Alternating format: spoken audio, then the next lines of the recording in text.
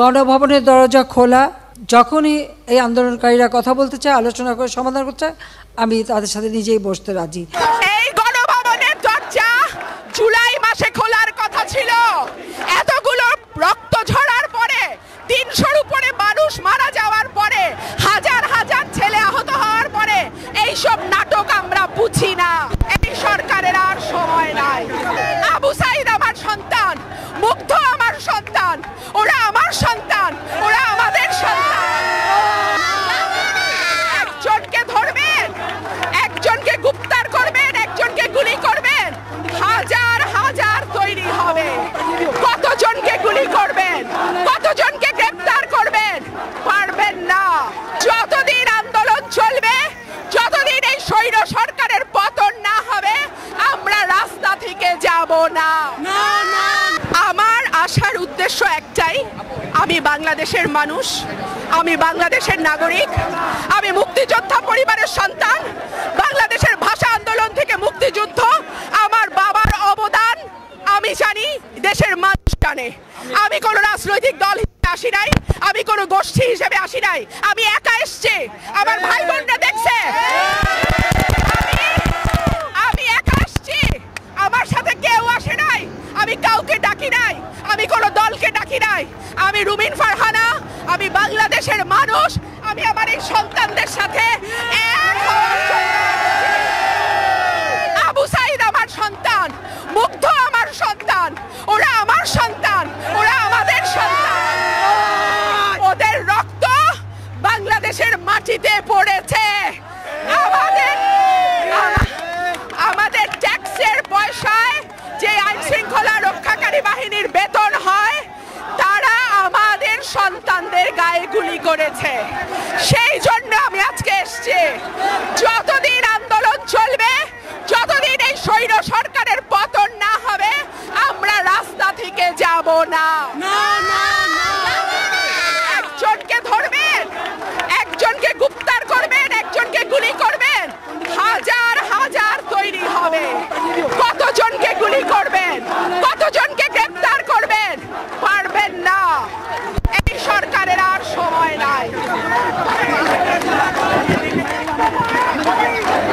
এই গণভবনের দরজা জুলাই মাসে খোলার কথা ছিল। এতগুলো রক্ত ঝরার পরে, ৩০০-র উপরে মানুষ মারা যাওয়ার পরে, হাজার হাজার ছেলে আহত হওয়ার পরে এইসব নাটক আমরা বুঝি না। শেখ হাসিনার পদত্যাগ, দফা ১ দাবি ১। শেখ হাসিনার পদত্যাগ, দফা ১ দাবি ১। শেখ হাসিনার পদত্যাগ। ঢাকা ঢাকা দাবি ১। শেখ হাসিনার পদত্যাগ, দফা ১ দাবি ১। শেখ হাসিনার পদত্যাগ, দফা ১ দাবি ১। শেখ হাসিনার পদত্যাগ, দফা ১ দাবি ১। দফা ১ দাবি ১। দফা ১ দাবি ১। শেখ হাসিনার পদত্যাগ দিয়েছে রক্ত, দিব রক্ত, দিয়েছে রক্ত, দিয়েছে রক্ত, দিয়েছে রক্ত, দিব রক্ত, আরো দিব রক্ত, দিয়েছে রক্ত, দিয়েছে রক্ত। হাসিনার পদত্যাগ, দফা ১ দাবি ১। দফা ১ দাবি ১। শেখ হাসিনার পদত্যাগ, দফা ১ দাবি ১।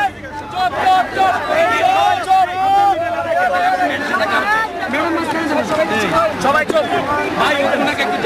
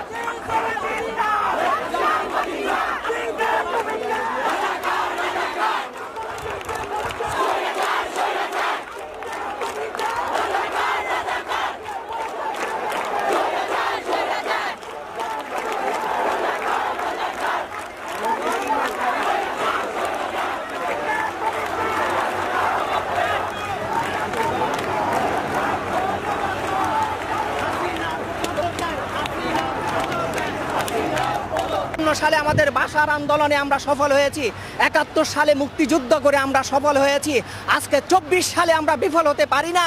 এই 24 সালও আপামর ছাত্র জনতার ঐক্যবদ্ধ আন্দোলনের মাধ্যমে সফল হবে বলে আমার বিশ্বাস।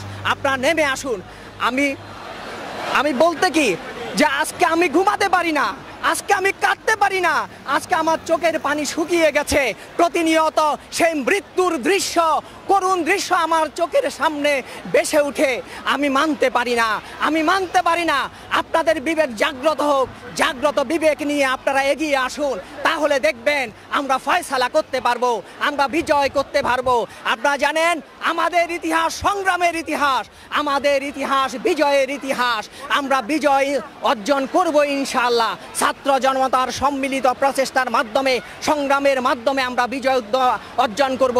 আজকে ছাত্ররা আমাদেরকে শিখিয়ে দিয়ে যাচ্ছে, যে ছাত্রদেরকে কিছুদিন আগে আমরা মনে করেছিলাম তারা মেরুদণ্ডহীন, তারা বোধহয় অনেক কিছুই পারে না, আজকে তাদের কোনো বিবেক নাই, কিন্তু আজকে তারা আমাদেরকে শিখিয়ে দিয়েছে গুলির সামনে, বুলেটের সামনে কিভাবে বুক পেতে দিতে হয়, কিভাবে মৃত্যুকে আলিঙ্গন করতে হয়। তারা আজকে আমাদের আদর্শ। আমি আমার পক্ষ থেকে তাদেরকে স্যালুট জানাই। এবং আমি যে সকল ছাত্র জনতা নিহত হয়েছে তাদের আত্মার মাগফিরাত কামনা করছি।